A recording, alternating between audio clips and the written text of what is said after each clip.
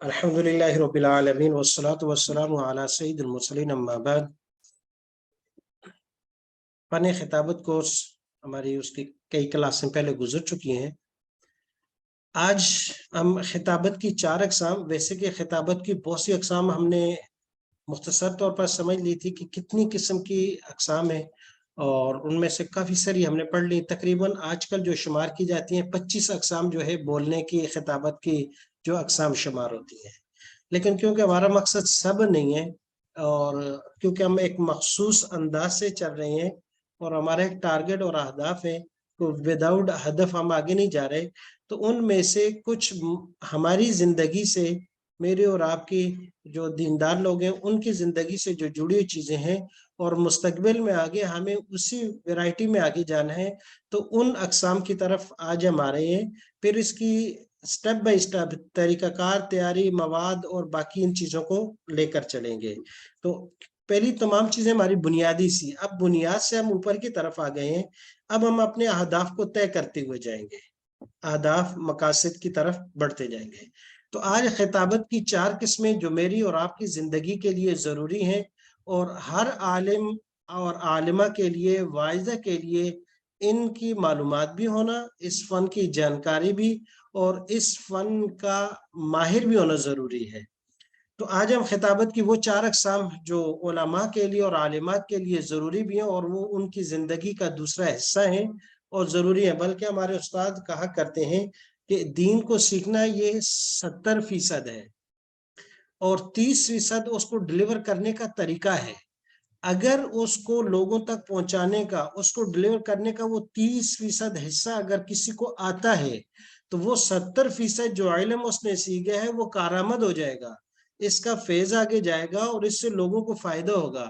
اگر اس نے اس 30% کو جو ڈیلیور کرنے کا طریقہ تھا اس کو اگنور کر دیا، اس کو سیکھا نہیں، دیٹس مین جو اس نے 70% سیکھا ہے وہ بھی اب اس کے لیے ذات کے لیے تو کارآمد ہوگا، لیکن عالم یا عالمہ یہ صرف اپنی ذات کے لیے نہیں بنی تھی، یہ تو ایک امت کا درد لے کر آئی تھی، یہ تو ایک پوری اپنی ارد گرد کی مقامی تمام خواتین کے لیے مقتدا کے طور پر آئی تھی کہ ان کی رہنمائی کریں گی، لیکن یہ تو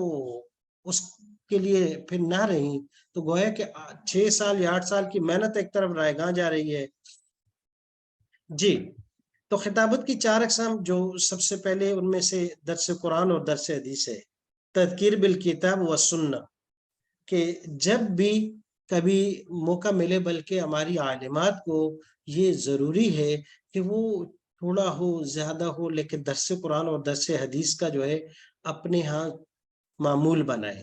اور طالبات ہیں وہ اس کی پریکٹس کریں اپنے ہاں مدرسوں میں۔ جو بزم ہے اس میں اگر مہینے میں 4 بزم ہے تو 3 میں اگر دوسری خطابت کی مشق ہے تو 1 کے اندر باقاعدہ طور پر درس قرآن اور درس حدیث کی مشق رکھی جائے۔ نمبر 2، اصلاحی بیان۔ اصلاحی بیان میں کیا ہوتا ہے؟ عقائد اور اعمال کی تصحیح کی جاتی ہے، جیسے کہ ہمارے مشائخ کے یہاں بیانات ہوتے ہیں تو ان میں وہ عقائد اور اعمال کی تصحیح کی طرف لے کے جاتے ہیں، اگرچہ اس میں سماجیات اور رفاعیات بھی ہوتے ہیں، ہر لحاظ سے بچے ایک فرد کی جو ہے اس میں تطہیر کی جاتی ہے، لیکن زیادہ تر ٹارگٹ اصلاحی بیان میں عقائد و اعمال کی تصحیح ہوتی ہے۔